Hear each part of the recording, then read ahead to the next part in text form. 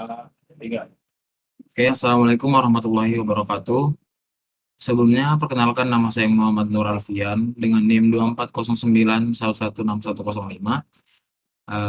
Saya dari kelas C, angkatan 2024, program studi sistem informasi, Fakultas Teknik Universitas Mulla Warman. Jadi di video kali ini saya akan mempresentasikan dashboard tentang penjualan dan probabilitas yang saya buat di Tableau menggunakan dataset yang sudah diberikan oleh Bapak, yaitu Global Superstore. Jadi tujuan dashboard ini tuh kita memberi gambaran tentang sebaran profit per negara, kategori atau produk apa sih yang paling laku. Dan juga di dashboard ini juga itu kita bisa lihat tentang tren penjualan dari waktu ke waktu. Juga bisa kita melihat profit per segmen pelanggan dan siapa saja sih top customer yang ada di Global Superstore ini. Oke, jadi selanjutnya layout di sini saya bagi menjadi 5 bagian utama yang kita bisa lihat di peta di kiri atas itu bar chart, subkategori di tengah atas, legenda di kanan atas, tren penjualan di kiri bawah, bubble chart segmen di tengah bawah, dan bar chart top customer di kanan bawah. Oke, kita mungkin akan langsung masuk di penjelasan tiap komponen. Yang pertama kita akan peta profit yang di paling kiri atas, yang dimana warna negara itu kita profit itu skala kontinu biru, dimana negara yang semakin biru tua adalah kontributor profit yang paling baik, dan negara oranye menunjukkan area yang perlu diinvestigasi harga, diskon.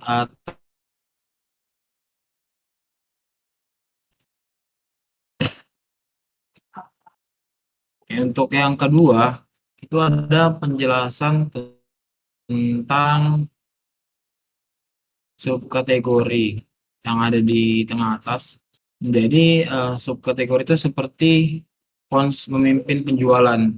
Subkategori di bawahnya bisa menjadi target optimalisasi promosi atau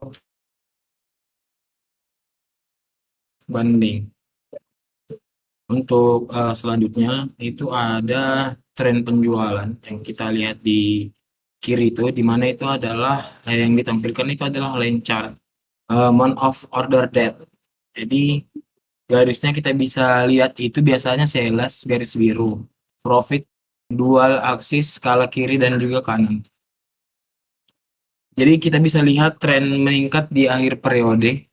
Ada fluktuasi musiman, perbandingan sales versus profit, membantu cek apakah pertumbuhan di revenue ini sejalan dengan profitabilitas. Jadi sorot sumbu kiri itu sales dan sumbu kanan itu ada profit.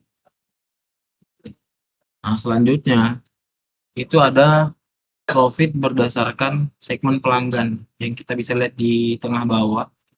Itu apa aja sih yang ditampilkan? Jadi yang ditampilkan itu adalah bar chart per segmen consumer.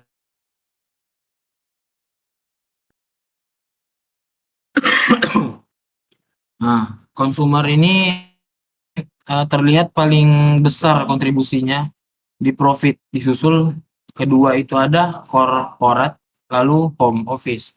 Artinya strategi akuisisi dan retensi consumer ini paling berdampak buat segmen pelanggan.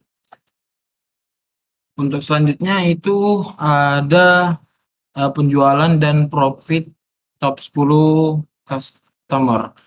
Jadi di sheet kali ini tuh, di dashboard ini tuh apa aja sih yang ditampilkan? Jadi yang ditampilkan itu bar chart per customer name, 10 pelanggan teratas. Kita memilih 10 pelanggan teratas.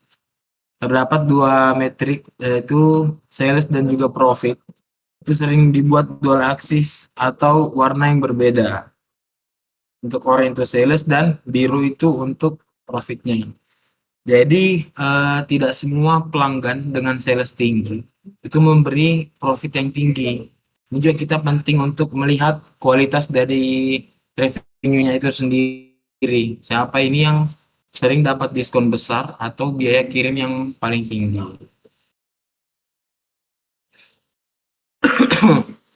Eh, Mungkin kita bisa rangkum dari dashboard ini tuh ada rangkuman insight utama. Jadi yang pertama itu mungkin secara geografis, beberapa negara biru tua itu menyumbang profit terbesar, sementara negara oranye itu perlu dievaluasi.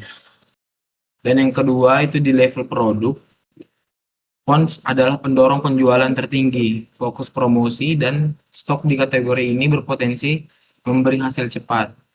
Untuk yang ketiga, di tren penjualan itu menunjukkan pertumbuhan di akhir periode. Momentum ini bisa kita manfaatkan untuk kampanye di akhir tahun. Yang keempat, itu ada segmen consumer.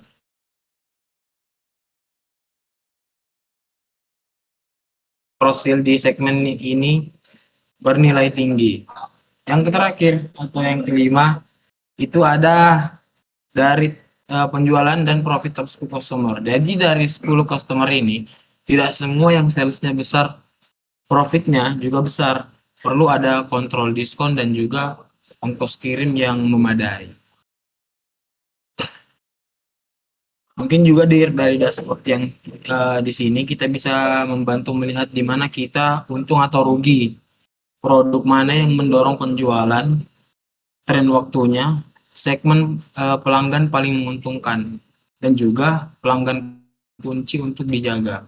Jadi dengan interaktivitas sebagai filter, dan pengguna juga itu bisa langsung melakukan analisis lanjut sebagai kebutuhan. Mungkin cukup sekian presentasi yang dapat saya sampaikan. Kurang lebihnya mohon dimaafkan. Sebelum saya akhiri, bila ada kata-kata yang salah, mohon maaf yang sebesar-besarnya. Saya akhiri. Wassalamualaikum warahmatullahi wabarakatuh.